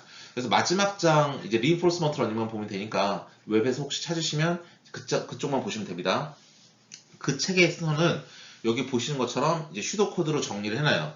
자, 어떻게 정리하면 자, 모든 각각의 스테이트와 액션에 대해서 일단 Q 테이블이라 부릅니다. 왜냐하면 세로축은 스테이트고 Y축은 그러니까 테이블을 그려요. 그래서 예를 들어 이렇게 그리는 거죠. 스테이트 우리 프로즌 레이크 이제는 16개 스테이트가 있고 각각의 경우에서 4개 액션이 있다 해서 이렇게 테이블을 그려서 운영을 합니다. 이걸 이제 Q 테이블이라고 부르는 건데요. Q 값을 나타내는 테이블이니까 이 테이블이 일단 있는데 여기서 현재 스테이트가 어떤 스테이트인지 보고 그 다음에 do forever 이제 반복문이 돕니다. 그러면 거기서 액션을 취하고 이제 그 액션대로 다음 스테이트 넘어가요. 그럼 그 다음 스테이트를 볼 때 그 다음 스테이트가 나한테 주는 리워드를 이제 우리가 받아오고요. 그 다음에 다음 스테이트로 이제 가는 거를 우리가 딱 보고 그 다음에 Q 값을 업데이트 하는데 저 박스 친 것처럼 Q 값을 업데이트한다. 그리고 그 다음 스테이트를 현재 스테이트로 업데이트를 하면 그 현재 스테이트가 이제 다음 스테이트로 넘어갔으니까 그럼 거기서 또 다음 수행을 하고 또 다음 수행하고 그거를 목적지에 다다를 때까지 하는 겁니다. 그걸 이제 do forever라고 표현을 한 거예요. 이렇게 우리가 표현을 할 수 있습니다. 그리고 제가 이전 장에서 말씀드렸지만 그 우리가 강화학습 에이전트를 학습할 때 큐러닝은 옵티멀이 개런티가 안 된다. 그럼 어떻게 해야 되느냐? 아까 우리 예제에서 봤듯이 디스카운트 팩터를 붙이는 것도 하나의 방법이고 디스카운트 팩터를 붙이지 않는다고 하더라도 우리가 뭐 적은 양의 랜덤 리스트를 줘서 그 가끔씩은 그 랜덤 값을 찾아가게 만들어 주겠다라는 겁니다. 그게 뭐라 그랬죠? 입실론 그리드라고 그랬죠. 그래서 입실론 그리드에 대해서 이 장에서 지금 설명을 드리고 있는 거예요. 예. 입실론 그리드란 방법은 이렇게 동작합니다. 여러분 뭐 맥도날드, KFC, 버거킹, 롯데리아가 있는데 여러분 이 중에서 뭘 제일 좋아하시는지 모르겠어요. 제가 항상 강의할 때 물어보면 이제 버거킹이 압도적으로 많은데 뭐 저는 개인적으로 맥도날드가 제일 좋으니까 제일 앞에 놨습니다. 그러면 제가 큐러닝에서 맥도날드가 제일 좋은 솔루션이라고 좀 찾았어요. 그러면 일주일에 주중에는 다 맥도날드를 먹더라도 주말 정도는 가끔씩 다른 걸 먹으면서 내가 거기에 더 나은 솔루션이 있지 않을까 탐색을 해본다. 라는 게 입실론 그리드의 기본 개념입니다. 그래서 밑에 보시면 뭐라 써놨냐면 2라는 입실론 값을 0.1로 세팅했으면 제가 멜랩에서 랜덤 함수를 찍어버리면 0에서 1 사이에 유니폼 디스트리뷰션이 나오겠죠. 그럼 거기서 0.1보다 작은 값을 찍는다는 건 확률 10%로 하는 행위예요. 그렇기 때문에 확률 10%로 만약에 확률 10%에 해당하는 그 랜덤 값이 나왔다면 그러면 우리의 액션은 뭐다? 랜덤이다. 그렇지 않고 else라면 우리의 액션은 뭐다? 우리가 큐러닝에서 찾아놓은 액션을 따라서 움직이면 된다는 겁니다. 아시겠죠? 근데 이런 방법이 있고 오른쪽에 보시면 디케잉 입실론 그리드라는 방식이 있어요. 저건 좀 특이하게 생겼는데요. 저건 뭐냐면 우리 입실론 그리드 동작을 할 때 그 입실론 그리드 동작할 때 그 입실론 값, 즉 저렇게 랜덤을 선택할 확률을 포문을 돌면서 점점 줄여줘요. 왜냐하면 포문을 돌면서 i 값이 증가를 하는데 저 입실론에 0.1 나누기 i 플러스 1이잖아요. 분모가 점점 커져요.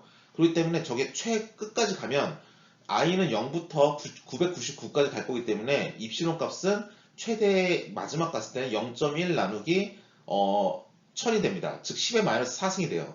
즉 10의 마이너스 4승의 확률로만 우리는 랜덤을 허용하고 그 나머지는 모두 다 강화학습을 움직이라는 거예요. 뭐냐면 초기에는 10%만큼 랜덤을 허용했는데 시간이 지날수록 점점 그거를 감소시켜서 10의 마이너스 4승만큼만 랜덤을 허용하는 거예요. 즉 뭐냐면 초기에 랜덤을 많이 써가지고 많이 탐색을 해보고 거기서 옵티멀 솔루션을 이미 찾을 확률이 높기 때문에 시간이 지날수록 우리가 점점 랜덤을 움직이는 걸 좀 줄여주겠다는 게 디케잉 입실론 그리드라는 방식이 되겠습니다. 이런 방식도 이제 종종 많이 사용합니다. 이렇게 되면 이제 큐러닝에서 옵티멀리티가 살짝 보장이 안 되는 그런 면을 보완해 줄 수 있겠죠. 이거를 exploited exploration이라고 표현을 합니다. 자, 그 다음을 보시면 add random noise라고 해서 이제 랜덤 노이즈를 섞어주는 방식이에요. 자, 보시면 알겠지만 맥도날드가 우리가 점수를 매겼을 때 43점이에요. 제가 제일 마음에 들어요. 예를 들어 KFC가 35점이에요. 버거킹은 41점입니다. 롯데리아는 31점이에요. 그럼 여기서 그냥 이 값을 쓰는 게 아니라 이 Q값을 그냥 쓰는 게 아니라 Q값의 랜덤 밸류를 섞어줘요. 쫙 랜덤 밸류를 좀 회색처럼 섞어주면 이제 순서가 바뀔 수 있는 거죠.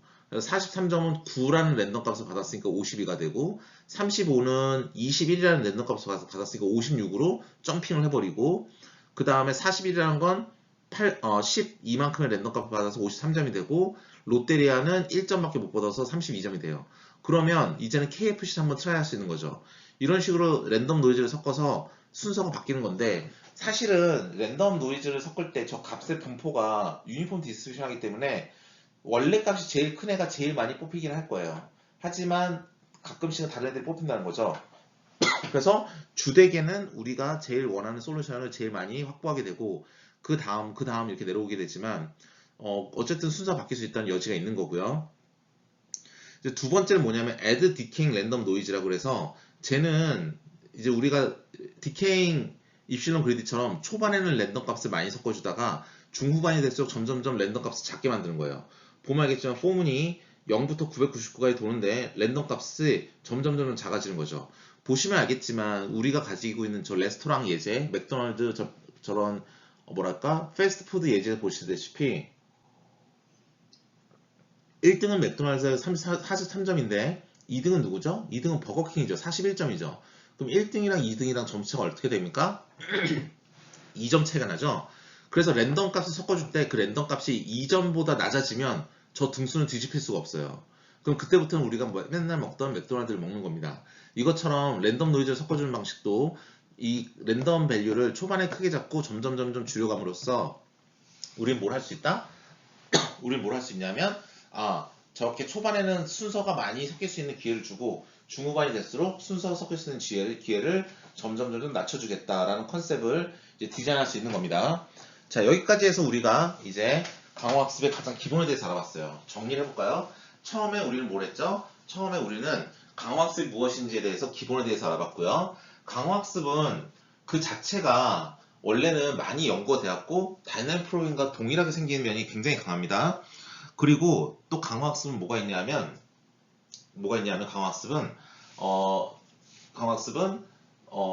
그리고 다이나믹 프로그램이 굉장히 유사하기 때문에 우리가 다이나믹 프로그래밍으로 풀면 돼요. 이미 옛날에 그렇게 다 나왔어요. 근데 다이나믹 프로그래밍이라는 걸 아까 말씀드렸지만 알고리즘 컴플렉시티가 폴리노미얼 타임이 아니라 슈도 폴리노미얼 타임이에요. 즉 뭐냐면 문제 사이즈가 작을 때는 괜찮아요. 그냥 다이나믹 프로그래밍 풀어도 옵티멀 솔루션 구할 수 있습니다. 그런데 얘가 문제 사이즈가 커지기 시작하면 문제의 컴퓨테이션도 많이 늘어납니다. 왜냐하면 점화식을 기반으로 하니까 자기 자신을 계속 호출해야 되기 때문에 그렇습니다. 따라서 그런 단점이 있기 때문에 우리는 뭐라고 말한다? 이거는 좀 버겁다라고 말을 해요. 그러면 어떻게 할 것인가? 그게 바로 이제 우리가 마콥 디시전 프로세스를 설명드린 다음에 그 다음에 나올 딥러닝으로 이제 리인포스먼트 러닝을 푸는 방식이 되겠습니다. 예, 그 방식까지 보시면 우리가 그렇구나, 이게 좀 많이 문제 사이즈가 클 때에는 이런 식으로 풀어야 되는구나 라는 것도 이제 그때 가서 좀 더 보실 수 있습니다. 예, 그렇겠죠. 그리고 이제 Q러닝을 들어갔죠. Q는 R 플러스 맥스 Q라는 방식을 통해서 우리가 어떻게 진행이 되는지, 이거 역시 이제 Q라는 함수를 계속 재기적으로 호출하기 때문에 역시 재기함수에 근간을 두고 있고요. 재기함수에 근간을 두고 있기 때문에 이것도 꽤 괜찮은, 우리가 지금까지 봤던 거랑 그게 그렇게 다르진 않습니다. 그리고 얘는 완전한 옵티멀리티를 개런티하진 않아요. 우리가 다이나믹 프로그래밍을 풀고 옵티멀을 개런티한다는 건 이 다음에 나올 마콥 디시전 프로세스입니다. 마콥 디시전 프로세스는 Q러닝과 거의 비슷하게 생겼는데 얘는 지금 랜덤하게 방향을 정하지만 걔는 트랜지션 프로버빌리티라고 해서 그 다음 공간으로 갈 확률도 다 가지고 있어요. 그렇게 되면 이제 우리가 다이나믹 프로그램을 풀 수 있는 겁니다. 근데 얘는 지금 다이나믹 프로그램을 푸는 게 아니기 때문에 Q러닝은 어느 정도 랜덤성을 또 가지고 있어서 옵티멀에 근접은 하지만 옵티멀은 아니에요.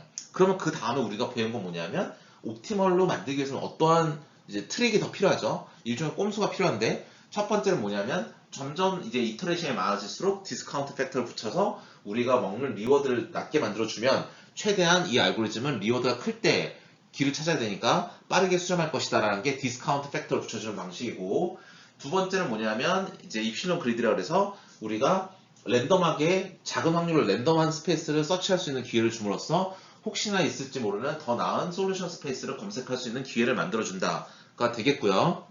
그 다음은 뭐냐면 그렇죠. 여기서 보고 계시는 add 랜덤 노이즈가 되겠습니다. Q 값을 있는 그대로 사용하는 게 아니라 거기에 살짝 랜덤 값을 섞어줘서 그들 간에 우리가 선택할 수 있는 것들 간에 이제 옵션을 좀 이렇게 바꿔줌으로써 더 나은 솔루션 스페이스에 있지 않은지를 또 탐색할 수 있게 만들어주는 겁니다. 이런 방식들이 이제 Q러닝을 보강하기 위한 방식이 되겠어요. 이런 식으로 우리가 이제 Q러닝에 대해서 정리를 할 거고요. 우리는 나중에 Q러닝을 구현하는 것도 볼 겁니다. Q러닝 코드를 보면서 어떻게 구현하는지에 대해서 볼 거니까 그때 보면 좀 더 자세한 얘기를 나눌 수 있을 것 같습니다. 예. 자, 그러면 이제 우리가 그 고전적인 강화학습에서 가장 많이 쓰이고 가장 많이 이론적으로 연구가 되고 있는 마콥 디시전 프로세스를 보도록 하겠습니다. 자, 마콥 디시전 프로세스는 지금까지 배운 거 Q러닝과 거의 유사한데 이제 트랜지션을 할 때 다음 스텝으로 넘어갈 때 Q러닝은 확률적으로 계산해서 확률적으로 랜덤하게 넘어갔다면 얘는 트랜지션 프로버빌리티라는 그 전이 확률을 가지고 넘어갑니다. 그렇기 때문에 좀 더 이론적으로 견고하죠. 그리고 이 이름을 주목해야 되는데, 이름을 왜 마코브 디시전 프로세스라고 불렀을까라고 하면, 얘는 디시전 프로세스예요. 일단 매 스텝마다 우리는 의사결정을 하고 넘어가고, 한 번 의사결정을 하고 끝난 게 아니라 여러 번 의사결정의 과정을 거치기 때문에 디시전 프로세스란 말을 붙입니다. 따라서 마코브 프로퍼티를 가지는 디시전 프로세스다라는 거고요. 그럼 여기서 우리가 마코브 프로퍼티에 대해서 봐야 되는데, 마코브 프로퍼티라 함은 이제 마코비안 성격을 가지는 거예요. 뭐냐면 내일 있을 일은 오늘에만 연관이 있고, 오늘 이전의 이벤트와는 연관이 없다. 즉 우리가 메모리리스 프로퍼티라 해서 지금 내일 있을 그 현상은 오늘에만 연관이 있고, 오늘은 하루 전만 연관이 있고, 이런 식으로 체인처럼 엮여가는 겁니다. 이걸 하는 이유는 뭐냐면, 이렇게 가정을 해야 우리가 문제를 분석을 할 수 있어요. 분석을 하기 위해서 이런 걸 쓰는 겁니다. 그래서 이런 마코비안 프로퍼티를 가지는 디시전 프로세스라고 하고 있고, 얘들이 가지는 정보는 스테이트의 정보, 액션의 셋, 그 다음 리워드 펑션, 트랜지션 펑션, 디스카운트 팩터, 이런 것들을 이 5가지 가지고 있기 때문에 마코브 디시전 프로세스는 S, A, R, T, 감마로 표현이 됩니다. 그래서 오른쪽 그림에서 귀여운 우리 로봇이 보는 것처럼 저 미로 찾기를 하는 예제로 일단 설명을 드리도록 하겠습니다. 저 미로 찾기의 미로를 이제 위에서 아래로 쳐다본 건데요. 저 스테이트 정보를 어떻게 표현하느냐, 2차원 그리드로 표현하겠죠. 그래서 2차원 바둑판을 하고, 시작 스테이트를 S 서브 0로 쓰고, 시간 제로에서 시작이니까 현재 시간을 그냥 현재 스테이트를 그냥 S라 쓰고, 다음 스테이트를 S 프라임이라 쓰고, 시간 T에서의 스테이트를 S 서브 T라고 쓴다. 그렇죠. 그리고 뭐 이런 스테이트를 그냥 좌표로 표현을 합니다. 이건 뭐 지금까지 했던 거랑 크게 다를 바가 없고요. 셋업 액션은 뭐냐면 이 로봇 에이전트가 취할 수 있는 액션이에요. 지금 연두색 화살표로 보이시지만 왼쪽, 오른쪽, 위, 아래로 가시는데, 지금 현재 저 위치에서는 아래는 불가능하네요. 그래서 이 4가지 액션이 있을 수 있다. 그 액션을 통해서 우리는 현재 스테이트인 S에서 그 다음 스테이트인 S 프라임으로 우리는 트랜지션이 가능한 겁니다. 그래서 이렇게 액션을 또 정의를 해주고요. 이거 역시 우리가 큐러닝에서 봤던 미로찾기 예제랑 동일하다라고 보시면 되겠습니다. 리워드 펑션은 뭐냐면, 저기 파란색이 제일 위에 R이라 쓴 것처럼 How good was the chosen action을 말합니다. 즉 내가 어떤 액션을 취했을 때 그 액션을 통해서 얻을 수 있는 나의 보상을 우리는 저렇게 리워드라고 말을 합니다. 그래서 리워드라는 건 어떤 함수로 나타낼 수 있냐면, R이라는 건 S, R이라는 건 이렇게 S, A, S 프라임이라고 해서 내가 현재 S라는 공간에 있는데 A라는 액션을 통해서 S 프라임으로 넘어가는 것, 이게 바로 우리가 말하는 리워드가 되겠습니다. 그렇죠? 그만큼 리워드를 먹는 거니까. 그리고 리워드를 마이너스 줄 수 있어요. 마이너스 주면 그쪽으로 가면 오히려 손해가 되겠죠. 그럼 그쪽으로 안 가겠죠. 그러니까 마이너스 줄 수도 있고요. 그러니까 지금 저 그림에서 보시다시피 주황색에 함정에 빠지는 거는 마이너스 1로 세팅해주면 얘는 이쪽은 가지 않겠죠. 그리고 한 번 움직일 때마다 이 로봇은 배터리를 움직이니까 뭐 1씩 감소한다라고 하면 최대한 적은 횟수로서 우리는 빠져나올 수 있도록 설계가 될 거고요. 그 다음에 아이템을, 저 보석을 먹었다. 그럼 1점 추가가 되는 것이고, 문 밖으로 나가는 게 최종 목적이기 때문에 어디 문 밖으로 나간다. 그럼 100점의 리워드를 주면 그쪽으로 수렴하겠죠. 우리 큐러닝에서도 골에다가 1이라는 리워드 주니까 에이전트가 그쪽으로 움직이지 않습니까? 그렇게 수렴해주게 만드는 게 우리의 목적이 되겠습니다. 그 다음에 이제 트랜지션 프로버티요. 이게 있기 때문에 다르다 그랬는데, 내가 현재 S라는 위치에 있고 A라는 액션을 취했을 때의 그 기분의 조건이죠. 그 선행 조건으로 주어지고, 그때의 다음 스텝인 S 프라임으로 갈 확률을 구해라 라고 한다면 그게 트랜지션 프로버티가 되겠습니다. 그래서 보시면 알겠지만 이 위에서 보시면 아래로 갈 때 우리가 이 로봇이 왼쪽으로 갈 확률은 0.1, 오른쪽으로 갈 확률도 0.1, 그리고 위로 갈 확률은 0.8이다 라는 걸 이미 다 알고 있으면 거기에 맞게 이제 플래닝을 하면 됩니다. 디스카운트 팩터 설명드렸죠? 시간이 지날수록 얼마만큼 감소가 되느냐인데, 저 값이 굉장히 1에 가까울수록 우리는 1에 가까울수록 그 값이 많이 줄어들지 않겠죠. 0.9다 그러면 1에서 0.9, 그 다음은 0.81, 이런 식으로 계속 진행이 되는 것이고요. 그 다음에 저 값이 0에 가까울수록 0.1이다 그러면 한 번 곱해지면 1이 갑자기 0.1이 되고, 또 한 번 곱해지면 갑자기 0.01이 되고, 이런 식으로 팍팍 감소하니까 그러면 빨리 아이템을 먹어야 되기 때문에 좀 더 급하게 그 아이템을 수렴을 먼저 하게 만들게 되겠죠. 이런 식으로 알고리즘 수렴의 속도라든지 방향을 좀 조절하는데 쓰일 수 있는 게 바로 이 디스카운트 팩터가 되겠습니다. 자, 이걸 다 안다면 이제부터 마크업 디시전 프로세스가 어떻게 동작하는지 우리가 보는 건데요. 우리가 팔러시라고 마크업 디시전 프로세스가 아니라 큐러닝 때 한번 얘기가 나왔었어요. 그쵸? 팔러시라는 건 각각의 어떤 스테이시 있을 때 모든 스테이트를 이렇게 액션이랑 다 매핑을 시켜놓은 겁니다. 그래서 밑에 썼지만 팔러시는 또 이렇게 파이로 표현을 하고요. 얘는 스테이트를 액션으로 매핑 시킨 것이고 모든 스테이트마다 다 액션을 부여한 게 되겠습니다. 자, 그래서 오른쪽을 보시면 각각의 스테이트마다 이렇게 화살표, 액션이 다 매핑이 되어 있는 거예요. 얘 지금 공간이 몇 개죠? 왼쪽에 9개, 오른쪽에 9개, 가운데 하나 19개니까 4의 19승 정도의 여러 가지 다양한 팔러스들이 존재하겠죠. 근데 그 중에서 제일 좋은 거 하나 고르라는 거예요. 사실 지금 이게 좋아 보이는데요? 딱 보시면 이 로봇이 일단 이 화살표 위로 가는 거라면 일단 위로 가고 오른쪽 쫙 갔다가 아래로 가고 골로 잘 가네요. 또 딱 보기에도 최단거리 아닙니까? 그래서 저 액션이 아마 옵티멀 팔러스인 거 맞는 것 같습니다. 자, 그러면 우리의 목적 뭐냐? 밑에 파란색에 find policy, 팔러스를 찾아라. 근데 어떤 팔러스냐? 우리의 expected return이라는 걸 최대화시키는 거다. 근데 expected return이 뭐냐? 기대값. expected는 평균을 내는 거죠. 기대값. return이란 건 뭐냐? 내가 하나하나 진행될 때마다 현재 시간에서 t에서 시작해서 한 스텝 한 스텝 k라는 인덱스를 가지고 진행할 때마다 우리가 목적지로 갈 때까지 이런 리워드를 계속 다 더한 거. 걔를 최대화하는데 리워드는 시간이 갈수록 감소하니까 우리가 디스카운트 팩터인 감마를 붙인 리워드다라고 표현할 수 있겠습니다. 그러니까 리워드가 최대가 되는 방향으로, 익스펙트 리턴이 최대가 되는 방향으로 액션의 시퀀스를 쭉 정해줘라 라는 게 지금 우리가 해야 될 일이라는 거죠. 그래서 스테이트 밸류 펑션이 있고 액션 밸류 펑션이 있는데요. 스테이트 밸류 펑션 뭐냐면 내가 어떤 스테이트에 존재할 때 이게 얼마나 가치를 가지냐는 거예요. 내가 지금 미로찾기를 하다가 중간까지 왔는데 거기에서 내가 지금 현재 시간 t의 나의 스테이트는 s인데 이게 미로찾기의 중간인데 그게 그런 상태 하에서 지금 우리의 팔러스에 움직이고 있는데 우리의 expected return이 얼마인가를 재는 거죠. 그러니까 이 상태가 가지는 가치예요. 그래서 밑에 보시면 내가 s에서 시작해서 파이라는 팔러스를 따라갈 때 내가 얼마만큼의 expected return을 가지는가이고 그 우리말로 해석하면 how much return, 얼마나 많은 리턴을 나는 S에서 출발할 때 기대할 수 있는가요? 그쵸? 이런 건데 사실 이건 구체적 액션을 취하는 게 아닙니다. 어떤 스테이트 그 자체가 가지는 가치를 얘기하는 거예요.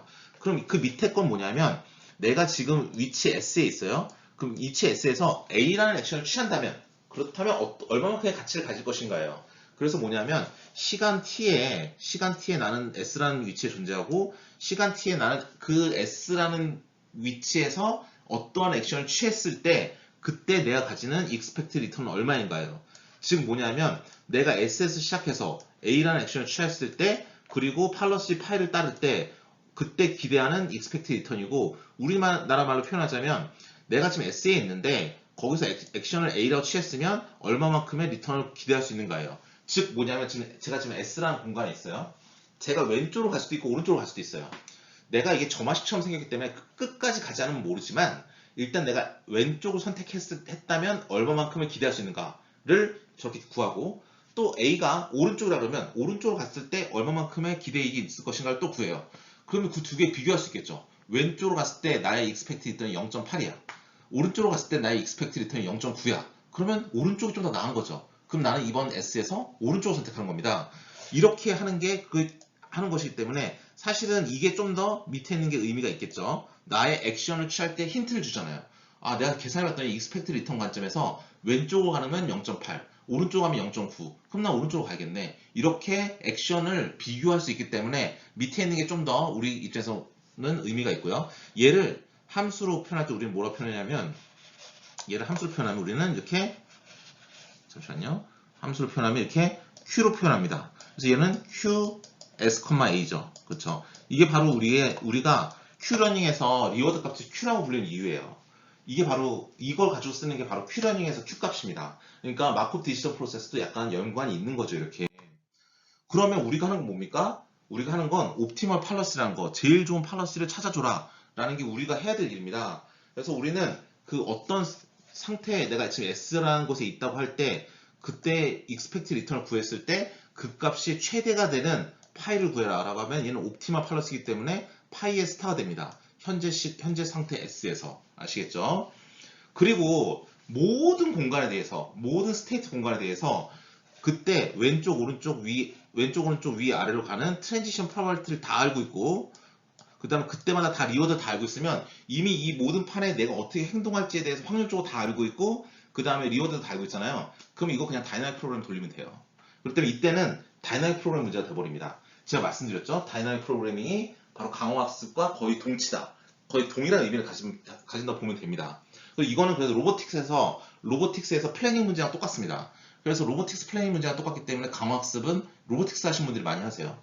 그러면 내가 그 모든 확률 값과 모든 리워드 다 알고 있으면 다이나믹 프로그램을 풀어도 된다. 그럼 마크업 디시전 프로세스는 결국 다이나믹 프로그램이다 라고 말할 수 있는 것이고, 그렇다면 아까도 몇 번 강조했지만 문제 사이즈가 작다면 다이나믹 프로그래밍은 슈도 폴리노미얼 타임 오퍼레이션이기 때문에 주어진 시간 내에 솔루션을 구하는데 옵티멀인 솔루션을 구하는데 별 문제가 없습니다. 즉 옵티멀이 개런티가 돼요. 그러니까 이건 이미 연구가 끝난 거예요. 옵티멀 솔루션 구하는 방법 알았는데 뭐 더 할 게 뭐가 있습니까? 그쵸? 하지만 문제 사이즈가 갑자기 커져버리면 그냥 순수한 폴리노미얼 타임이 아니기 때문에 얘는 더 많은 알고리즘 컴플렉시티를 가져갈 수밖에 없어요. 그러면 이때는 굉장히 버거워지기 때문에 어떻게 문제를 풀어야 되는가라는 문제에 귀결하게 되고, 이게 바로 딥러닝과 강화학습을 같이 고려하게 되는 경우가 되겠습니다. 그래서 1990년대, 70년대 이럴 때 보면 트랜잭션 오토매틱 컨트롤 뭐 이런 굉장히 좋은 자동 제어 쪽 저널에서 마크업 디시전 프로세스 엄청나게 많이 논합니다. 그러니까 이미 연구는 거의 다 끝났고, 뭐 산업공학과에서 배우는 오퍼레이션 리서치라든지 확률 랜덤 프로세스 같은 교과서에도 마크업 디시전 프로세스 나오는 경우 허다합니다. 컴공과에서도 뭐 기계학습이나 AI 시간에도 배우기도 하죠. 이 마크업 디시전 프로세스는 이렇게 다양하게 학부 교과서에 나올 정도로 많이 배우는 정도로 이미 연구가 끝났고 정리가 됐음에도 불구하고 우리가 지금 와서 얘기하는 이유는 이게 딥러닝으로 넣어서 푸는 방법이 2010년대에 나왔기 때문에 그래요. 그렇기 때문에 그걸 통해서 우리가 정말 문제의 스테이트 사이즈가 커서 우리가 풀기 버거운 상태 왔을 때 어떻게 풀 것인가는 이제 심층 강화학습과 리인포스먼트 러닝을 같이 하는 데서 푸는 것이고, 문제 사이즈가 작을 때는 여기서 보시는 것처럼 마크업 디시전 프로세스로 해서 이제 다이내믹 프로그램을 풀면 됩니다. 사실 문제 사이즈가 여러분이 풀고자 하시는 문제 사이즈가 충분히 작다면 굳이 뉴럴넷까지 쓰면서 풀 필요는 없어요.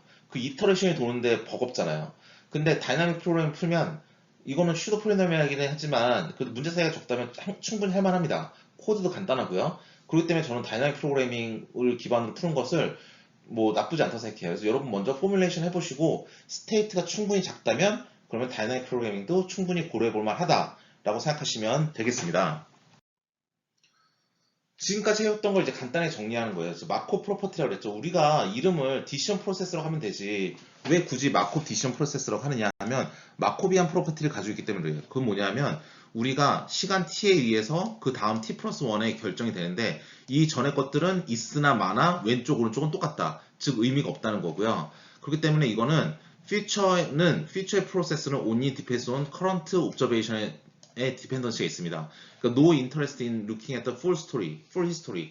즉 그 이전의 모든 full history를 보는 것에는 관심이 없는 거예요. 이런 마코비안 프로퍼티를 가정해야 우리가 원 스텝 트랜지션만 보기 때문에, 그렇기 때문에 우리가 그 분석 가능한 모델을 만들 수 있고 따라서 다이나믹 프로그램 같이 그러한 여러 가지 알고리즘으로 문제를 풀 수 있는 겁니다. MDP는 지금까지 설명한 거는 이제 그걸 좀 약간 포멀하게 한 건데요. 스테이트 정보와 액션과 트랜지션 프로버비리티와 그 다음 리워드 펑션과 디스카운트 팩터로 이루어진다라고 하고 있고요. 트랜지션은 어떠한 스테이트에서 어떠한 액션을 통해서 그 다음 스테이트로 가는 것이고, 리워드도 어떠한 스테이트에서 어떠한 액션을 취해서 어떠한 다른 스테이트로 가면 그때 어떤 리워드가 있는가를 보는 거기 때문에 이런 식으로 좀 포멀하게 나타내 줍니다. 지금 보여드리는 이 슬라이드는 지금까지 했던 말들을 좀 포멀하게 다시 쓰는 거에 지나지 않고, 여러분께서 논문을 쓰신다면 이런 스타일로 쓰셔야 되겠죠. 예, 이것도 했던 말이에요. S0에서 S1으로 갈 때에는 어떤 액션을 취해서 이리로 가는 건데 그 액션을 취할 때에는 당연히 리워드를 먹으면서 취하는 것이다. 이게 반복적으로 계속 프로세스가 진행이 되는 게 마코브 디시전 프로세스다라고 보시면 되겠습니다. 예, 뭐 이런 여러 가지 팔러스가 있다는 거고요. 디터미니스틱 팔러스라는 건 뭐냐, 스토캐스틱 팔러스라는 건 뭐냐는 건데, 디터미니스틱 팔러스가 우리가 지금까지 본 겁니다. 어떤 스테이트에서 어떤 액션을 취해서 간다라고 딱 정해진 것이고, 근데 이제 스토캐스틱 팔러스는 뭐냐면 이 액션을 취할 때 그냥 어떤 스테이트에서는 무조건 위로 가 이런 게 아니라 확률적으로 그걸 또 디자인할 수 있다는 거예요. 이렇게 어려운 것까지는 이 강의에서는 커버하지 않습니다. 자, expected return 우리 했던 거죠? 우리가 어떠한 상태에 있을 때, 또 우리가 어떠한 팔러스를 통해서 계속 진행을 한다는 걸 알고 있을 때, 그거의 리워드들을 디스카운트 팩터를 적용해서 다 서메이션, 언제까지 우리가 목적지에 다다를 때까지 서메이션 해준 것을 우리가 expected return이라고 말한다 라고 말씀을 드렸고요. 예. 그리고 이제 우리가 Q 밸류 펑션을 만들었어요. 그쵸? Q 값. 얘는 액션 밸류 펑션이라고 불렀었죠? 이 액션 밸류 펑션이라는 건 뭐다? 내가 어떤 상황에서 어떤 액션을 취할 때, 또 어떤 팔러시에 근거한다고 할 때, 이게 다 주어지고, 그때의 expected return을 최대화하는 방향으로 우리는 의사결정을 할 수 있게 그 액션을 선택할 수 있는 여지를 주기 때문에 이게 중요하다 말씀을 드렸고요. 얘를 값으로 만들어서 푼 게 우리가 알고 있는 Q러닝이에요. 그렇죠? 그 Q러닝이 그냥 생뚱맞게 나온 게 아니라 여기에 근거해서 나온 거고요. 자, 옵티멀 Q 밸류 펑션은 어떻게 구한다? 최고의 좋은 Q 밸류 펑션은 이 Q 펑션 중에서 이 팔러시가 여러 개가 있을 수 있는데 그 팔러시 중에서 이 Q 값을 최대화하는 팔러시를 구한 게 우리 옵티멀한 Q 밸류 펑션이다.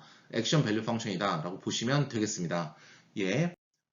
그래서 결국에 우리가 원하는 옵티멀 팔러스라는 건 뭐냐면 그런 Q 값을 최대하게 하는 그 액션들을 계속 선택하는 것이고 현재 스테이트가 S라고 한다면 그 S에서의 옵티멀 Q 값을 도출하는 옵티멀 Q 값들이 있는데 그것을 맥시마이즈 시키는 액션을 선택해 오면 지금 현재 S에서의 최고 좋은 정책이다라고 말할 수 있다는 겁니다. 뭐 이런 식으로 우리가 좀 약간 포멀하게 문제를 다시 한번 정리할 수 있다는 걸 이번 장에서 이제 보여드린 거고요. 자, 이제 여기에 대해서 이제 정리를 하고 이 다음에는 딥 리인포스먼트 러닝 즉 강화학습을 이제 신경망으로 푸는 법에 대해서 한번 논해 보도록 하겠습니다.